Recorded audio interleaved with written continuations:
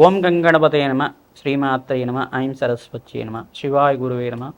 ఓం గాయత్రీ పరాంబికాయ నమ. క్రీం మహాకాళికాయ నమో నమ. ఓం నమ శివాయ. శివాయ గురువే నమో నమ. ఓం నమో భగవతే మేధా దక్షిణామూర్తే మహ్యం మేధాం ప్రజ్ఞాం ప్రయచ్చ స్వాహ. శ్రీకృష్ణాయ గోవిందాయ గోపీజనవల్లభాయ శ్రీకృష్ణ పరబ్రహ్మణే పరంజ్యోతిషే నమో నమ. జయ గురు దత్తాత్రేయ నమ. యూట్యూబ్ ప్రేక్షకులందరికీ కూడా నమస్కారం అండి.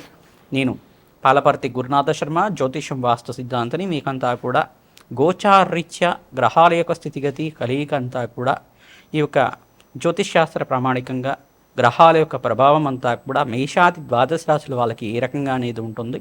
మాస ఫలితాల్లో భాగంగా మనమంతా కూడా ఈ రోజున వివాహ యోగం కోసం, శీఘ్ర వివాహ యోగము, ఆలస్య కళ్యాణానికి కారణాలు మరియు ఏం పరిష్కారం ఆచరిస్తే కనుక కళ్యాణ యోగం సిద్ధిస్తుంది, వంశాభివృద్ధి కలుగుతుంది, తద్వారా పరిష్కారం అంతా కూడా చెప్పడం జరుగుతుంది. ఈ వీడియోలో అంతా కూడా ఎవరికైతే కనుక జాతకరీత్యా ఈ యొక్క గ్రహ దోషాలు కానీ, గ్రహ ప్రభావం కానీ, ఈ యొక్క దోష పరిహారం అంతా కూడా చేసుకోవాలని చెప్పేసి అనుకుంటే కనుక మీ జన్మ జాతకమే ప్రధానమైన జాతకంగా ఉంటుంది.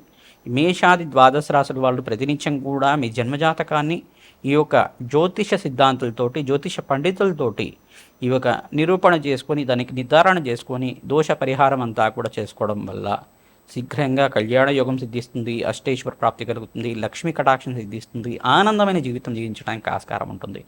ప్రధానంగా శీఘ్ర కళ్యాణ యుగము, ఆలస్య కళ్యాణం అనేది కారణాలని చూసుకుంటే కనుక ప్రధానంగా లగ్న చక్రవశాత్తు కళ్యాణ యోగానికి కారణమైన గ్రహాలు ఏంటిదంటే లగ్నానికి లగ్నాధిపతి, సప్తమాధిపతి మరియు ద్వితీయాధిపతి, ఇక్కడ కుటుంబ స్థానాధిపతి, ఇట్లా కారణాలని చెప్పేసి కారకత్వాలు అంటారు జ్యోతిష్య భాషలో అంతా కూడా. ప్రధానంగా చూసుకుంటే మరియు పూర్వ పుణ్యస్థానాన్ని కూడా కేంద్రంగా చెప్పుకోవడం జరుగుతుంది. మరియు ఏకాదశ స్థానము, పంచమ స్థానం అని చెప్పేసి చెప్పుకోవడం జరుగుతుంది. ప్రధానంగా వివాహ యోగానికి స్త్రీలకైతే కనుక ప్రధానంగా చూసుకుంటే అంగారకుడు, చంద్ర భగవానుడు, బృహస్పతి, ఈ యొక్క శుక్రుడు కూడా కలత్రకారకుడు అవుతారు. ప్రధానంగా చూసుకుంటే ఈ గ్రహాలు యోగకరంగా ఉన్నప్పుడు దశ అంతర్దశలు ఈ గ్రహాలు యోగించినప్పుడు కళ్యాణ యోగం అవుతుంది. పురుషులకైతే చూసుకుంటే కలత్రకారకుడైన శుక్రుడు యోగకరంగా ఉండాలి, గురువు యోగకరంగా ఉండాలి, ఇక్కడ చూసుకుంటే సప్తమాధిపతి యోగకరంగా ఉండాలి, చంద్రుడు యోగకరంగా ఉండాలి. ఈ గ్రహాలన్నీ కూడా బలంగా ఉన్నప్పుడు, గోచారీత్య బలంగా ఉండాలి, జాతకంలో కూడా యోగం ఉండాలి. ఈ యొక్క యోగం సిద్ధించినప్పుడు అనేది మీరు చేసుకున్న పూర్వకర్మ పుణ్య ఫలితాన్ని అనుసరించి మరియు వచ్చే వధువు యొక్క పూర్వపుణ్యాన్ని అనుసరించి జాతకం అనేది కుదరడం జరుగుతుంది, సంబంధం అనేది కుదరడం జరుగుతుంది, వివాహయోగం అనేది సంబంధం కుదరడం జరుగుతుంది. ఈ యొక్క పరిష్కారం అంతా కూడా ఆచరించుకోవడం, దానికి పరిష్కారం చేసుకోవడం వల్ల శీఘ్ర కళ్యాణ యోగం సిద్ధించడానికి ఆస్కారం ఉంటుంది. అసలు ఆలస్య కళ్యాణానికి కారణం ఏంటిదంటే ప్రధానంగా చూసుకుంటే పూర్వకర్మ సిద్ధాంతం అనేది ఉంటుందన్నమాట. జన్మాంతరంలో ఒక 10 జన్మల కర్మశేషం కావచ్చు, పూర్వజన్మలో చేసుకున్న కర్మశేషం కావచ్చు, అది దుష్కర్మ అయి ఉండొచ్చు, పాపకర్మ అయి ఉండొచ్చు. ఏ కర్మ అనేది నిరూపణ చేసుకోవాలి, దానికి నివారణ చేసుకుంటూ ఉండాలి. మరియు ఇక్కడ చూసుకుంటే వంశానికి అంతా కూడా పూర్వీకులు కారణమవుతారు. పూర్వ పుణ్యస్థానము నవమ స్థానం కేంద్రంగా చెప్పుకోవడం జరుగుతుంది, మరియు నవాంశ కూడా కేంద్రంగా చెప్పుకోవడం జరుగుతుంది.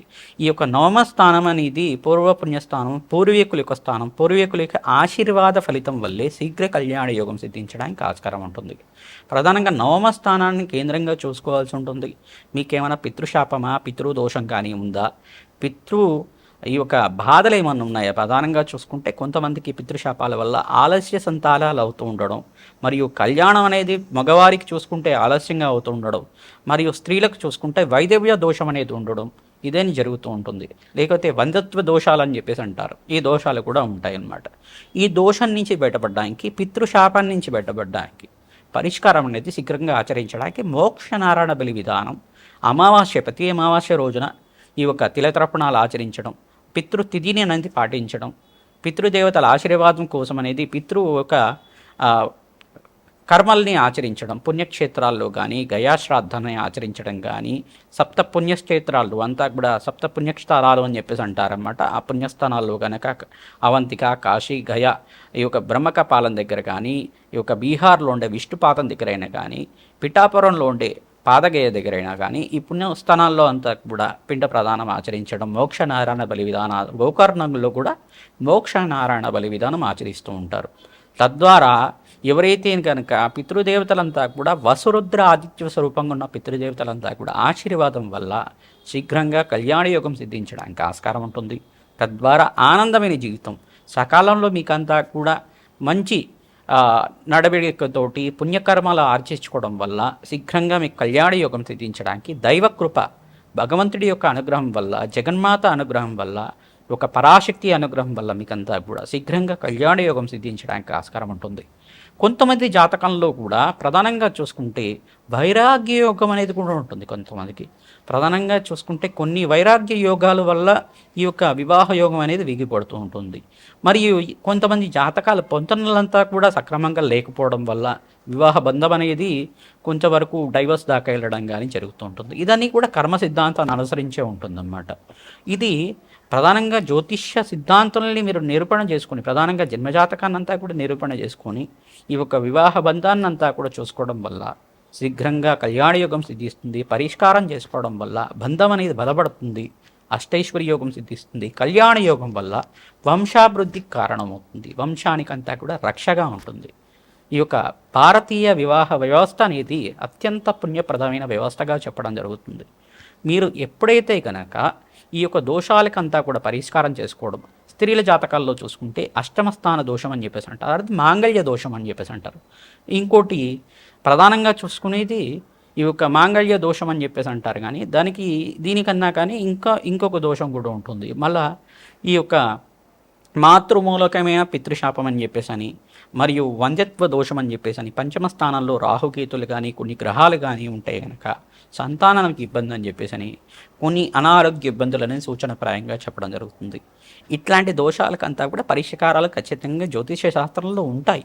దానికంతా కూడా పరిష్కారం ఆచరించుకోవడం వల్ల శీఘ్రంగా కళ్యాణ యోగం సిద్ధించడానికి, అష్టైశ్వర్య యోగం సిద్ధించడానికి ఆస్కారం ఉంటుంది. వంశాభివృద్ధి కలగడానికి ఆస్కారం ఉంటుంది.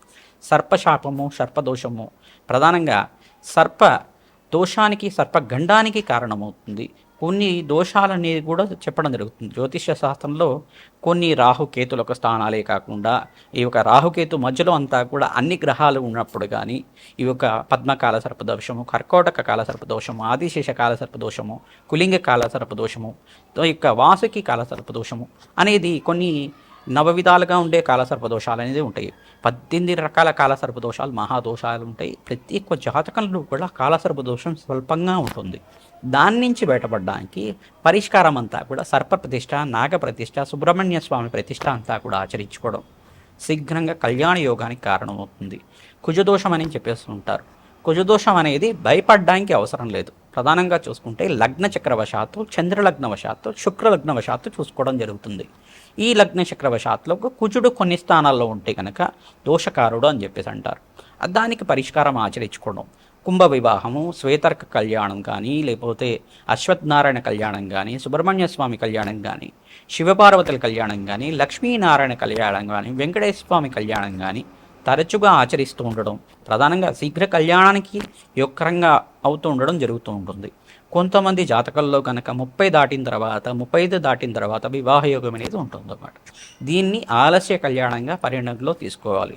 దీనికి కారణం ఏంటంటే పూర్వజన్మ కర్మ సిద్ధాంతము, పితృదోషం అని చెప్పుకోవడం జరుగుతుంది. దీనికంతా కూడా కుజదోషం కూడా మీకు నవాంశలో కానీ లగ్న చక్రంలో కానీ ఉండడం వల్ల కూడా జరుగుతూ ఉంటుంది.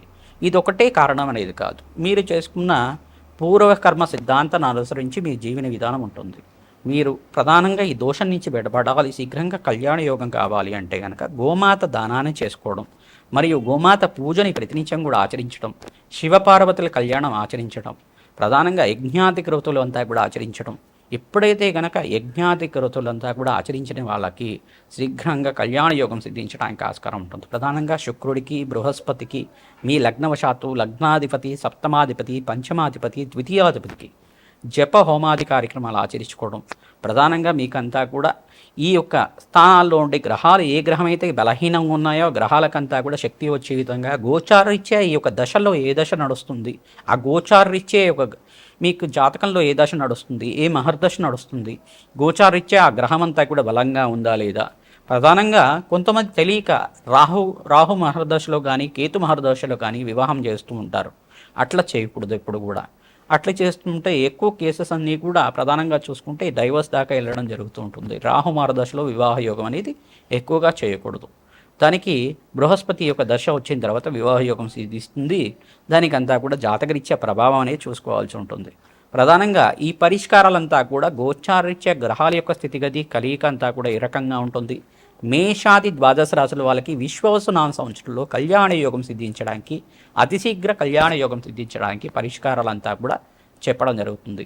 తులరాశి జాతకులకి గోచారరీత్యా వివాహ యోగం సిద్ధించడానికి ప్రధానంగా చూసుకుంటే విశ్వవసునామ సంవత్సరంలో వివాహ యోగం సిద్ధించడానికి ఎటువంటి పరిష్కారాలు ఆచరించాలి, ఈ యొక్క ఆలస్య కళ్యాణానికి ప్రధానమైన కారకత్వాలు ఏంటి అనేది తెలుసుకుంటూ ఉంటాం. ప్రధానంగా జన్మజాతకంలో ఈ యొక్క బృహస్పతి, శుక్రుడు, అంగారకుడు, చంద్రభగవానుడు లగ్నవశాత్తు మీ జాతకంలో లగ్నవశాత్తు సప్తమాధిపతి ఏ స్థానంలో ఉన్నాడు, పంచమాధిపతి నవమాధిపతి ఏ స్థానంలో ఉన్నారు, ఈ యొక్క పితృదోషం కానీ పితృశాపం కానీ మాంగళిక దోషం కానీ మాంగళ్య దోషం కానీ పంచమ స్థాన వందత్వ దోషం కానీ ఉన్నదా, దీనికంతా కూడా పరిష్కారం అంతా కూడా ఆచరించడం వల్ల జన్మజాతకాన్ని జ్యోతిష పండితులతోటి విశ్లేషణ చేయించుకోవడం వల్ల అతి శీఘ్రంగా కళ్యాణ యోగం సిద్ధించడానికి ఆస్కారం ఉంటుంది.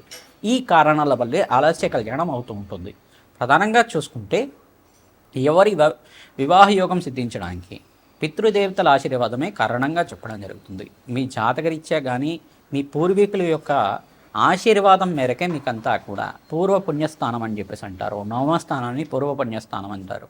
ప్రధానంగా చూసుకుంటే దశమ స్థానము నవమ స్థానం యోగకరంగా ఉండాలి, ఈ యొక్క పంచమ స్థానం యోగకరంగా ఉండాలి, మరియు నవమ స్థానం యోగకరంగా ఉండాలి, ఇక్కడ ద్వితీయ స్థానం యోగకరంగా ఉండాలి. ఏకాదశ స్థానంలో పాపగ్రహాలు కలయిక ఉండకూడదు. ఇటువంటి ప్రభావం అంతా కూడా జాతకరీత్యా చూసుకొని పరిష్కారం ఆచరించుకోవడం వల్ల తత్పరిహారార్థం మీకంతా కూడా అతి శీఘ్రంగా కళ్యాణ యోగం సిద్ధించడానికి ఆస్కారం ఉంటుంది. మహాలక్ష్మీదేవి ఆరాధన విశేషంగా తామర పూలతో చేస్తూ ఉండాలి. కమలాత్మికాయే నమః నామాన్ని జపాన్ని ఆచరించుకోవడం, ప్రతినిత్యం కూడా అమ్మవారి ఆరాధన చేసుకోవడం వల్ల అతి శీఘ్రంగా కళ్యాణ యోగం సిద్ధించడానికి ఆస్కారం ఉంటుంది. రావి చెట్టుకి వేప చెట్టుకి అంతా కూడా ప్రదర్శనలు ఆచరించుకోవడం, అశ్వత్థనారాయణ కళ్యాణం అంతా కూడా ఆచరించడం, శివపార్వతుల కళ్యాణం, సీతారాముల కళ్యాణం ఆచరించడం అతి శీఘ్రంగా కళ్యాణ యోగం సిద్ధించడానికి ఆస్కారం ఉంటుంది. నాగేంద్ర ప్రతిష్ఠ చేసుకుంటే కనుక శీఘ్రంగా కళ్యాణ యోగం సిద్ధించడానికి ఆస్కారం ఉంటుంది. వంశాభివృద్ధి కలుగుతుంది. మీకంతా కూడా అష్టైశ్వర్య యోగం సిద్ధిస్తుంది. మహాలక్ష్మీదేవి అనుగ్రహం వల్ల అతి శీఘ్రంగా కళ్యాణ యోగం సిద్ధించడానికి మీరంతా కూడా శుక్రుడికి, అంగారకుడికి, బృహస్పతికి, చంద్రభగవానుడికి, ఇక్కడ రాహుకి, శనీశ్వరుడికి జప హోమాది కార్యక్రమాలు ఆచరించుకోవడం, బుధ భగవానుడికి కూడా మహాలక్ష్మి ప్రీతికరంగా బుధ భగవానుడికి కూడా ఇక్కడ ఎవరైతే కనుక మహాలక్ష్మి ప్రీతికరంగా ఈ యొక్క శనగలు దానం చేసుకుంటూ ఉంటారు, మీకంతా కూడా శీఘ్రంగా కళ్యాణ యోగం సిద్ధించడానికి ఆస్కారం ఉంటుంది. గురు కటాక్షం సిద్ధిస్తుంది. దత్తాత్రేయ స్వామివారి ఆరాధన, బుధుడికి పెసర్లు దానం చేసుకోవడం, మహావిష్ణువు యొక్క నామస్మరణాన్ని ఆచరించడం మీకంతా కూడా అతి శీఘ్రంగా కళ్యాణ యోగం సిద్ధించడానికి ఆస్కారం ఉంటుంది. రుక్మిణి కళ్యాణం అనేది కళ్యాణం చేస్తూ ఉంటారు. పుణ్యక్షేత్రంలో కానీ దేవాలయ ప్రాంగంలో కానీ అన్నదానం చేయించడం వల్ల అతి శీఘ్రంగా అక్టోబర్ 18 తర్వాత అతిచారంలో బృహస్పతి అంతా కూడా సంచారం చేస్తుంటారు. కావున ఎప్పుడైతే శుక్రుడు, బృహస్పతి, చంద్రభగవానుడు, అంగారకుడు యోగకరంగా ఉంటే కనుక, శని భగవానుడు యోగకరంగా ఉంటే కనుక అతి శీఘ్రంగా కళ్యాణ యోగం సిద్ధించడానికి ఆస్కారం ఉంటుంది. జాతకరీత్యా ఏ గ్రహాలన్నీ కూడా బలంగా ఉన్నాయో చూసుకోవాల్సి ఉంటుంది. తద్వారా అతి శీఘ్రంగా కళ్యాణ యోగం సిద్ధిస్తుంది. సువాసని దేవి అర్చన విధానం ఆచరించాలి. తద్వారా మీకంతా కూడా ముత్తేజులకంతా కూడా పూతాంబులం కానీ పండు తాంబులం కానీ మంగళగౌరి దేవిగా భావించి ఆశీర్వాదం తీసుకోవడం వల్ల శనగల వాయనం ఇవ్వడం వల్ల అతి శీఘ్రంగా కళ్యాణ యోగం సిద్ధిస్తుంది. మేషాది ద్వాదశ రాశుల వాళ్ళు ప్రతినిత్యం కూడా మీ జన్మ జాతకమే ప్రధానమైన జాతకంగా ఉంటుంది. మీరంతా కూడా పరిహారం అంతా కూడా ఆచరించడం, ఇటువంటి దోషాలకంతా కూడా పరిహారం చేసుకోవడం వల్ల అతి శీఘ్రంగా కళ్యాణ యోగం సిద్ధించడానికి ఆస్కారం ఉంటుంది. ప్రతినిత్యం కూడా మీరు యజ్ఞాది క్రతులు ఆచరించాలి. యజ్ఞాయే విష్ణు, యజ్ఞాలు చేయడం వల్ల జగన్మాత అనుగ్రహం శీఘ్రంగా లభిస్తుంది. దేవతలకంతా కూడా అమృతం లభిస్తుంది. కావున యజ్ఞ యాగాది కార్యక్రమాలు ఆచరించడం వల్ల యాగ రూపంలో అమ్మవారు ఉంటుంది. కావున జపాలు, దానాలు అన్నీ కూడా అమ్మవారి ప్రీతికరంగా శాంతి కార్యక్రమాలన్నీ కూడా ఆచరింపచేయడం జరుగుతుంది. మీ జన్మజాతకంలో దోష ప్రామాణికను బట్టి ఆ పరిష్కారం అంతా కూడా చెప్పడం జరుగుతుంది. విశేషమైన హోమాలు, చండీ హోమాది కార్యక్రమాలు కానీ, రాజశ్యామల యజ్ఞాది కృతులు కానీ, బగలాముఖి శాంతి హోమాది కార్యక్రమాలు కానీ, దత్తాత్రేయ హోమశాంతి కార్యక్రమాలు కానీ, ఈ యొక్క కాలభైరవ శాంతి హోమాది కార్యక్రమాలు కానీ, ఈ యొక్క శ్రీ సూక్త విధానంగా మహాలక్ష్మీదేవి హోమాది కార్యక్రమాలు విశేషమైన ద్రవ్యాలతో చేయడం జరుగుతుంది. ప్రతినిత్యం కూడా ఎవరైతే కనుక మీ జన్మజాతకాన్ని జ్యోతిష పండితులతోటి విశ్లేషణ చేయించుకొని పరిహారం అంతా కూడా చేసుకోవడం, రత్నశాస్త్ర ప్రామాణికంగా జాతకరీత్యా కానీ ఈ యొక్క శాస్త్ర ప్రామాణికంగా పూర్వజన్మ కర్మ సిద్ధాంతాన్ని ప్రకారంగా కూడా మీకు పరిష్కారం చెప్పడం జరుగుతుంది. ఆ పరిష్కారాన్ని ఆచరించుకోవడం వల్ల శీఘ్రంగా కళ్యాణ యోగం సిద్ధిస్తుంది. కావున ప్రతినిత్యం కూడా ఈ పరిష్కారాన్ని ఆచరించండి. గోమాత సేవ చేయండి. పసుపు కొమ్మల మాలనంతా కూడా అమ్మవారి మెడలో హారంగా వేస్తూ ఉండండి. మహాగణపతికి అంతా కూడా పసుపు కొమ్మల మాలను వేస్తూ ఉండండి. అతి శీఘ్రంగా కళ్యాణ యోగం సిద్ధించడానికి ఆస్కారం ఉంటుంది. ఈ యొక్క విఘ్నేశ్వర కళ్యాణం కూడా ఆచరిస్తూ ఉంటారు. మహాగణపతికి కళ్యాణం ఆచరించడం మరియు లక్ష్మీ గణపతి యజ్ఞాధికృతులు చేసుకుంటూ ఉండడం, ముండ్రాళ్లతో యజ్ఞాధికృతులు ఆచరించడం వల్ల అతి శీఘ్రంగా కళ్యాణ యోగం సిద్ధించడానికి ఆస్కారం ఉంటుంది. శివపార్వతుల కళ్యాణం కానీ, సీతారాముల కళ్యాణం కానీ, వెంకటేశ్వర స్వామి కళ్యాణం కానీ ఈ యొక్క కళ్యాణ క్రతువులు ఆచరించుకోవడం వల్ల అతి శీఘ్రంగా కళ్యాణ యోగం సిద్ధించడానికి ఆస్కారం ఉంటుంది. గోమాత సేవ చేయడం వల్ల అతి శీఘ్రంగా కళ్యాణ యోగం సిద్ధించడానికి ఆస్కారం ఉంటుంది. శ్రీమాత్రే నమః.